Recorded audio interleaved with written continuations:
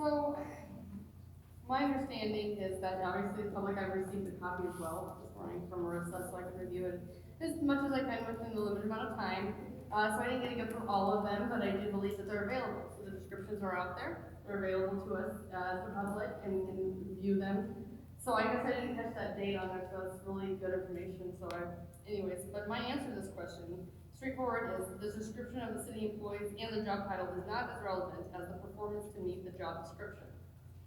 Each city employee should be accountable for annual goals that are met and evaluated by the city council, but open to public for review without employee present or just to remain fair.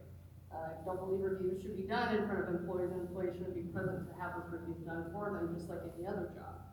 And then yes, I think to bring clarity to the community, I would support a wage and compensation study and evaluate any possible conflict of interest with a full report for public access.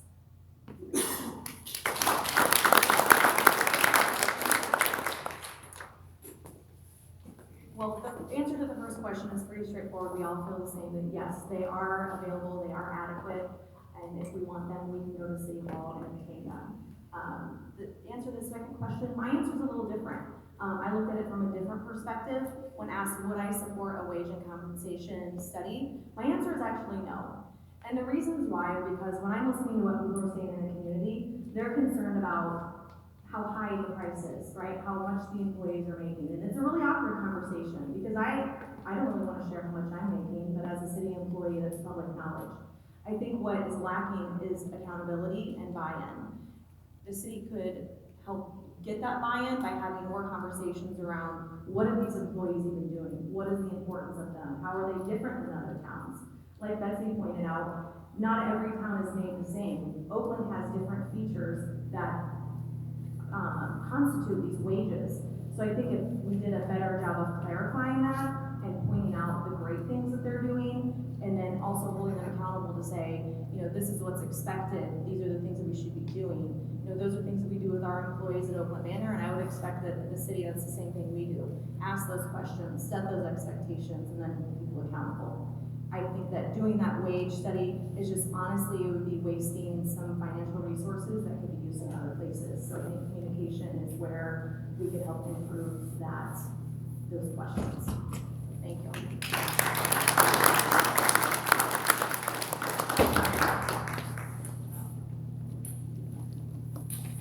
Yeah, I'll give everyone a fear of podiums and stay here just to make this go quicker.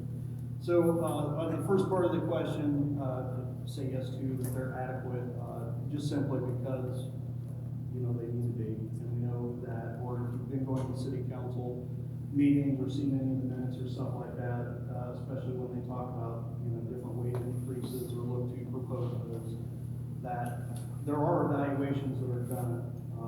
Our form of government is a strong mayor form of government, so he's the one overseeing the work every day. The city council's done a great job, and they've always ran, at least as far as I remember, a personnel committee made of council folks that look at the evaluations. And the way they evaluate them isn't sitting down and saying, do I like you or not? Are people saying good things about you or not? There has to be something measured when you get into employee relations and things like that. The only good way to measure that are by the expectations that are set, and that are the job descriptions. So even though I haven't read all the job descriptions myself, I trust the process and know that it's getting done because that's the way it has to be done. For the second part, I actually agree with Courtney. I would not necessarily support a study right out of the gate simply because it costs you money. And if you want to do, and then this is no knock to the work that Betsy done, because I've done this internally in my agency before when times of the essence or money was tight for certain things. So I applaud her for doing that legwork because it's not easy stuff to do and have really good comparables. But if you want a real transparent study done, then it needs to come from outside of city government with some type of consulting firm or a company that does this stuff. And that's money out of the pocket and out of the general fund that we can use for other things. So if there was a clear and compelling, if there was a clear and compelling reason, I would support one, but not just one for the sake of doing it.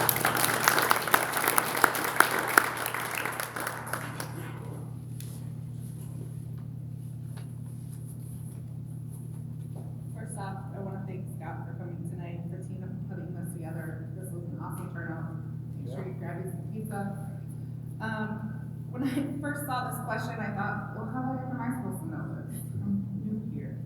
But I guess that was part of the question, part of answering it was figuring out that those are available. With my background in, I have my MBA in HR management. I've spent so much time writing job descriptions, setting up salary structures, and being able to budget for that with a limited amount of funds. So that's something that I can help with internally without having to outsource it. And I think, Doug brought up transparency, I think is huge. I think that's a lot of the issue is people don't know what they're doing and all that gets passed around is a number. And I think if people understood what the expectations are, and why that's, may or may not be justified, I think that would at least have the information there, not thinking that it's, something secretive behind the scenes. I think the more transparent we can be, the better we're all off, we're all on the same page, and that'll create less of the rumors than did you hear, that's kind of causing a lot of the issues, so.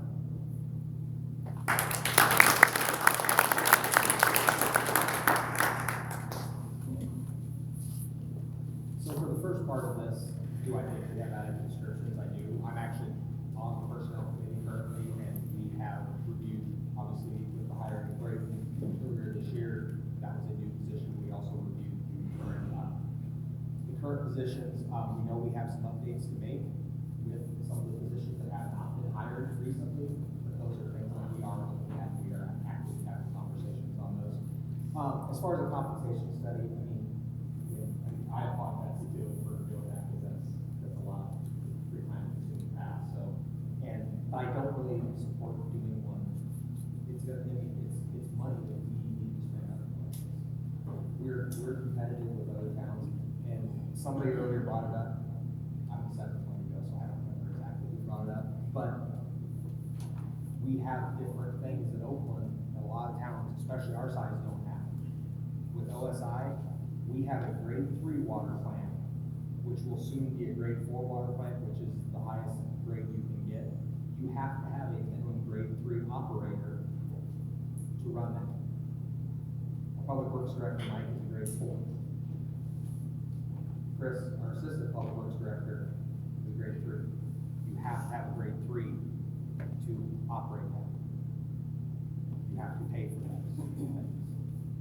Those type of grades, when they go into just a water plant, will make more money than they make in Oakland. And all they have to do is work in a water plant exactly what they're there for. So we have to understand, what we're dealing with in certain circumstances we have in our town. So ways we may look like somebody's making a little bit more money, we also have to look at what they're doing and why they're doing what they're doing.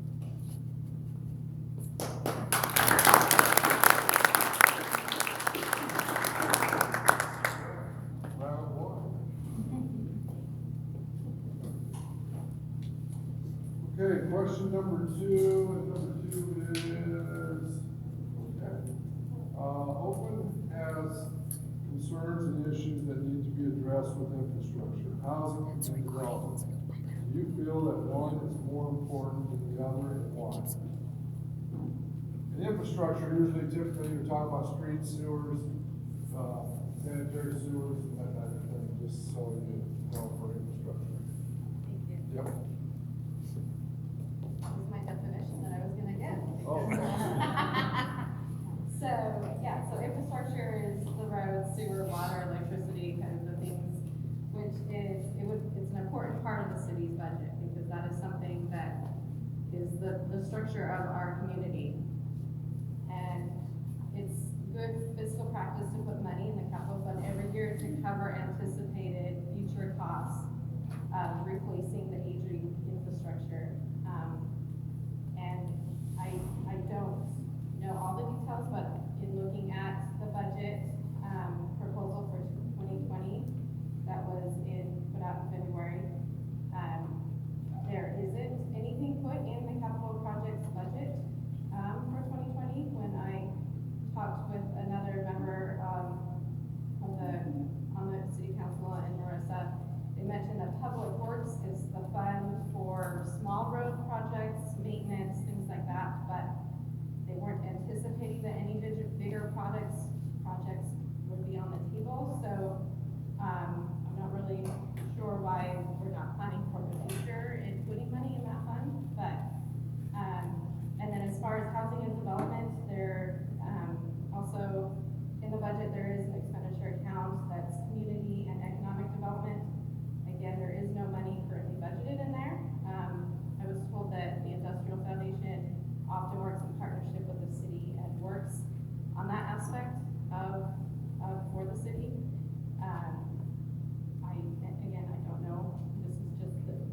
short research that I was able to do, so I don't know all the details about that, but I do feel like that they're both important.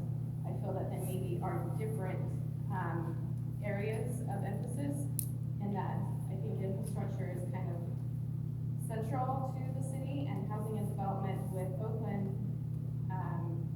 it is an important product or project, but I think the development, as far as housing, it may be more of a revitalization rather than large community developments of new homes and things like that, as far as what I understand. Thank you.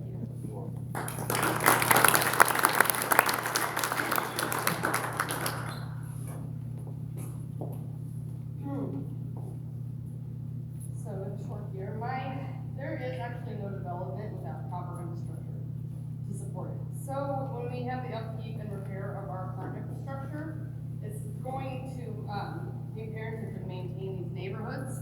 We've got the areas of downtown, property values are going to be improved or decreased depending on what we do with the property value or with the maintenance of infrastructure. Quality of living and the desirability of living in our community. So infrastructure that's gonna be the framework of that. Development would actually naturally take place and it attracts economic growth if the infrastructures are properly maintained. I believe that there is a lot of talk about downtown, about the neighborhoods. We've got a lot of road issues probably in the older part of town, and I believe it's the newer part of town with the sewers, right? Am I correct there? The sewer that they were having, was that in the newer part of town, but the nursing home, the sewer, they're not, or am I just like, I guess I'm wrong, okay, I thought there was I thought there was a sewer issue, I guess I thought over there, so, from Toxapound, from downtown, for all those issues, I believe that they're all important, but taking the proper approach to address all of those, needs to definitely start with infrastructure, and we need to have a good game plan to going forward with that. So, and that's,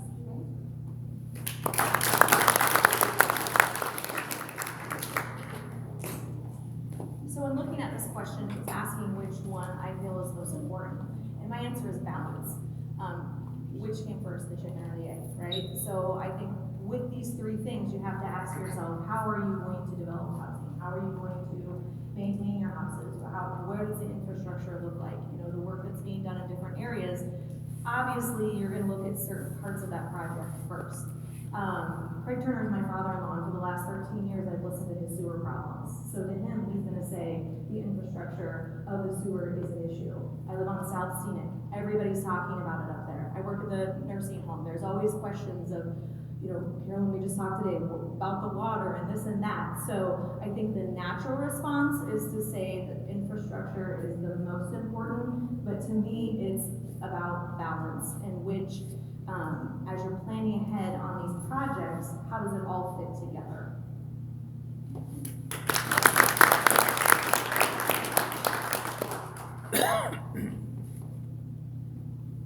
This is a great question and not an easy one to answer. Because like it's been identified, it's really cyclical and interrelated. If you don't have infrastructure, you're not gonna have people come in. You don't have people there to build up your tax base so you can generate revenue to repair infrastructure, it's not gonna happen. So there has to be clear strategic vision and clear strategic planning. And a lot of times, councils, other levels of government will plan themselves into a pitfall saying, we're gonna do this, this, this, and this. But situations change. Infrastructure emergencies are always gonna happen, and you have to be able to adapt your plan to the needs of the community when it's happening. Because again, and I'll keep coming back to this, at the end of the day, you're paying for it. We have streets that need to be fixed. It's common theme, everybody could agree that we need to improve some streets. But you're not gonna make everybody happy doing it in the timeline that they think it could be done. Can we do it in the timeline some people think we can do? Absolutely. Will they be happy about the taxes they pay to make it happen right now? No, they will not. Okay, so that's where you have to have council people that have experience in strategic planning. Not only strategic planning for right now and what's going on with this situation, but what's it look like in another 5 years? What's it look like 10 years down the road? And that's one of the things that I can bring to the council with my years of experience in strategic and operational planning, for some of the critical decisions that have to be made in my business. So again, it's a cyclical thing, it all has to work together, and you have to have the people representing you that keep that balance. Thanks.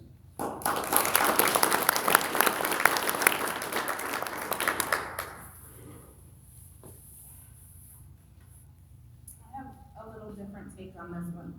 To me, housing where your family is, where your home is the most important. I truly feel we have a housing issue here in Oakland. I've worked in home visitation for 13 years. I've been in hundreds of homes doing social work. And it really bothers me to know that 3 of the worst houses I've ever been in 13 years are here in this town and being rented out to vulnerable populations of families who can't speak up for themselves or don't know how. And those are children living in those homes. And I really feel that we need to eliminate that fear of speaking up, being able to say, hey, you know, I have a huge issue with this home I'm renting, and really talk to the landlords and make sure that those properties are safe for those vulnerable populations, because everyone should have a voice, even if they're living in a low-income rental property.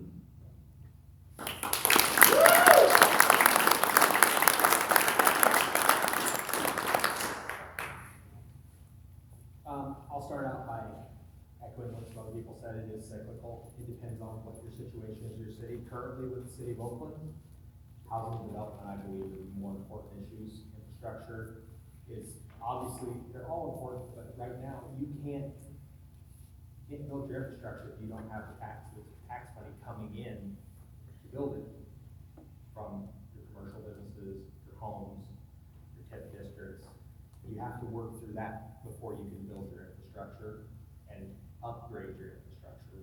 And in 2014, the city commissioned a street survey through Snyder and Associates that went through every street in our town and graded every street in our town and gave us a list of this is what you need to take care of and this is the time frame you need to take care of this in. Brown Street was number 1. We're fixing that in 3 stages,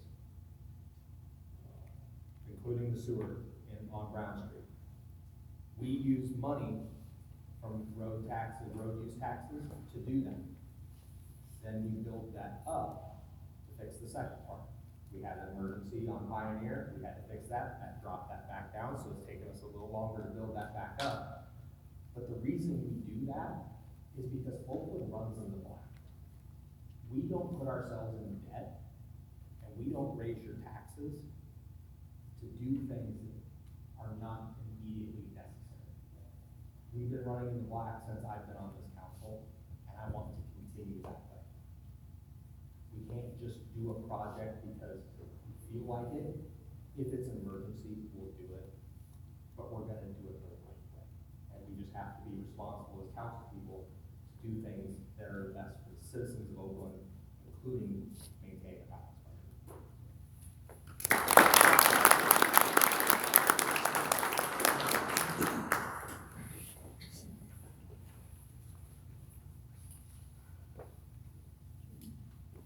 Infrastructure, most important. Right now, we're working with Onatel to bring fiber optics into Oakland. They are currently working downtown on Dr. Main Street to bring it to the commercial businesses, and then next year they'll start bringing it into the residential neighborhoods. Water. If you don't have a good water source, you don't have a town, period. We are blessed with 11 wells in this town and a good water source. Our oldest well is probably dating back to 1930. It goes down 1,900 feet. Our current water well that was built this year is a shallow well going down 50 feet. We supply water to, Hancock buys water from us, and as does Northern Natural. We annexed the property in Oakland Foods several years ago. Currently, Oakland Foods uses between 650,000 to 850,000 gallons of water a day, and Oakland residents use currently 200,000 to 300,000 gallons of water a day. This totals up to an average of 1.2 million gallons of water. Now, we're mandated by DNR to have a certified water treatment plant person in place. Both Chris is certified as a grade 3, Mike is certified as a grade 4. Currently, we need a grade 3, pumping 1.2 million gallons. When it gets up to 1.5 million gallons, we need that certification number 4, of which only Mike has right now. Streets. Streets are always a problem. We get our street money 2 ways. We get them through, every time we fill up gas in this town, the state has a formula to where they give us back a certain amount of taxes for every gallon you pump into your tank. Currently, every resident of Oakland, it's averaged out, it's well, we don't get it, but the town gets $90 a year per resident is what it averages to. And so that money all goes into the road use. We have a 1 cent sales option tax in this town. For that 1 cent, because the state sales tax is 6%, we added on the 1%, half a penny goes into road use, half a penny goes into the general fund. The other 2 ways of funding is we could raise all of your taxes and do the streets. The other way is we could do a street and assess every homeowner an equal amount to pay for that road tax over a 5-year period. We've been assessed. The other way is to assess your property based on the frontage of your house. So it's better to keep our tax dollars in Oakland. And just to give you an example, Brown Street has 3 phases. We've done 1 and 2, and 1 and 2 cost us $300,000.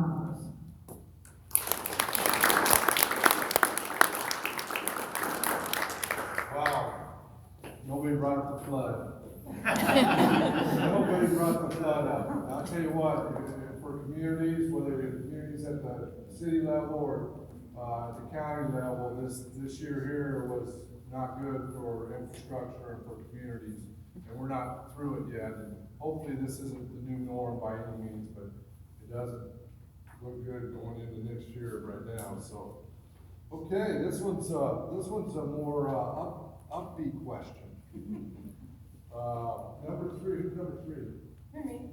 Okay, so what 3 things do you want to see happen in the community if you were elected? So first off, I actually really need to thank Scott. Like I went to the last to do this because he has been detrimental to helping me get this going. He has spent a lot of time, taking time out of his own work to talk to me several times a week and late in the evenings to help me get this organized. And he's an amazing person. It's the first time I've met him. I know a lot of you guys actually know him and worked with him in the past. So I am really grateful to get to know him over the last couple of weeks. So anyways, some of the things that we got to touch base on financial a lot, and I hear that, and that's definitely something that I want everyone to hear, that by focusing on things like infrastructure is not my idea of directly, hey, I want to spend money. We need to find out ways to bring the money in here. We need to find out ways which, as a small business owner, economic development is huge to me. I feel like we need to be able to create jobs here. We need to be able to bring families here that want to bring their children here to go to these schools. And young families like mine that have small children that are, hey, this is exciting, it's a great community for us. We want to be able to create jobs for, let's say, like Jeremy's family, his wife lives here, or works in there. They both live here. Jeremy works out of town, and his wife works at school. This is the same as my husband and I. He commutes just as far as Jeremy does, so we understand that that is a need, because what my husband does, nothing really to do here. And what I do, though, I have a small business, and I run it out of my home, and I'm hoping someday to expand that, be able to allow to bring in some jobs. I'd like to see other people with that same idea bringing in jobs here, whether it's the spouse that can stay here and work, so she can be closer to her family. And those jobs and those communities, we're going to help improve the tax money that we're going to have. We're going to be putting money into our budget. But in order to do that, and that's why I focus on infrastructure, because of the fact that we have an issue with some of the, our neighborhoods, and you want to keep them here. You want to keep those families here. You want to attract those families and make sure that when they come here, they want to start the business here. Are they going to see the long term when they move into those neighborhoods? I mean, you've got the newer part of town, but you got the older part of town, and sometimes, it just depends on where you find a home or where you move into or where you can afford. And so you're gonna have to be able to work on that and balancing it too, but infrastructure, that's why I feel like it's important. So we gotta figure out a way to be able to get both of those going, so we can bring the money in to help that. And to bring these families in to bring in businesses, small businesses, large businesses, and whatnot. So, I think that transparency is one of the other big areas. Strong communication of our cities, challenging cities and public relationships need to improve to enhance understanding, morale, and community involvement. And I also believe that keep that money locally and strengthening our budget is super important. I guess I really don't touch on the two areas of economic development and community infrastructure, so I guess we can combine those two since we're running out of time.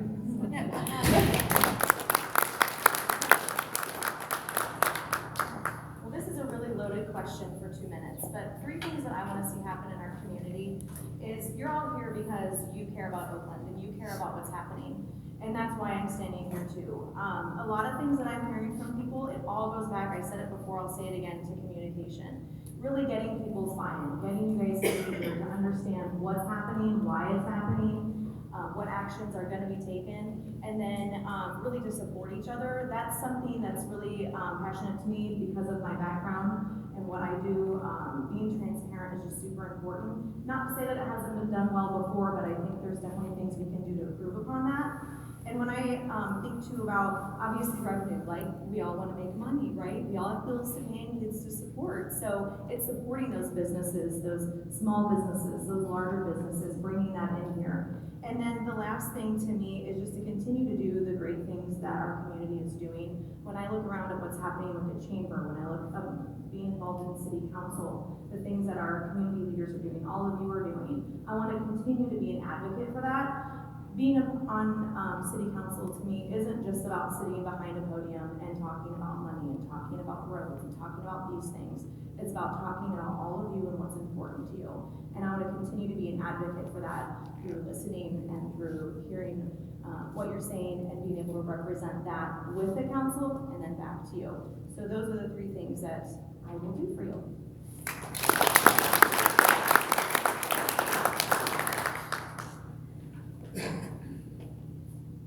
3 things, 2 minutes, everybody's right, tough question. There's a lot of things that we could probably spend a lot of time talking about, but 3 quick bullet points. I want to be able to bring the experience I have in public service to create more efficiencies to drive effectiveness for the services that are provided to our residents in a responsible manner with the money you give us to get the job done. So that'd be one of the first things. And again, I think our city's on a great track. It really is. There's been a lot of improvements. Things are going good. We operate in black, and for Pete's sake, we have some of the lowest municipal taxes in the entire region. And I'm pretty sure that everybody's good with that. Once they understand that, you don't want to see a drastic change. So financial and fiscal responsibility and management is another priority. And the other one's kind of offbeat with what everybody else has kind of mentioned. But I also want to use communication and these other issues and events like this to drive an increase in our community pride and community spirit. I remember being a little kid, riding on the back of a horse on the parade going down Oakland Avenue. You know, I remember going around with my grandpa who was working for the city and, you know, running the swimming pool and going down to City Hall and getting candy to restock. I remember the celebrations that we had at the old football field, the John Reed Field, when, you know, on the 4th of July, or the old fall festivals. You know, society is changing. Volunteerism is down, community involvement is down. We all know a lot of people work out of town. But we need to find a way to bridge communication gaps and build community spirit, because just as much as infrastructure and economics and housing comes into play of keeping your community running, having pride and ownership in your community also drives to a sustainable community. Thanks.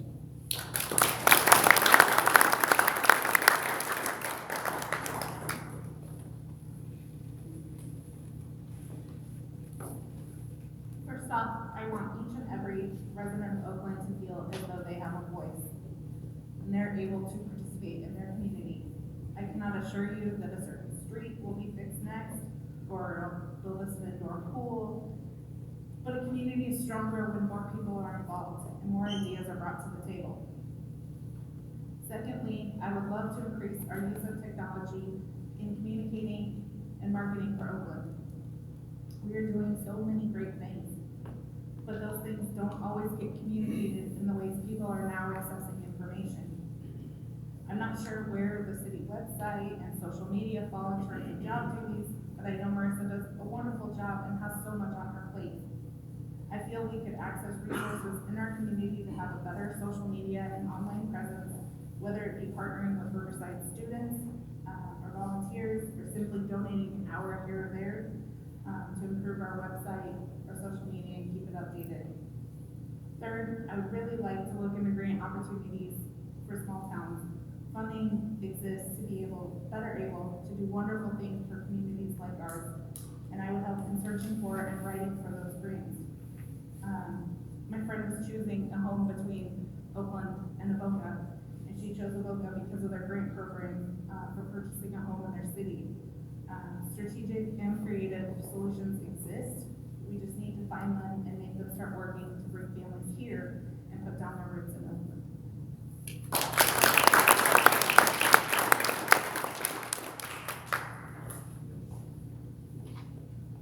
So yeah, again, we could go on for days talking about this question, because there's three things everybody wants to see.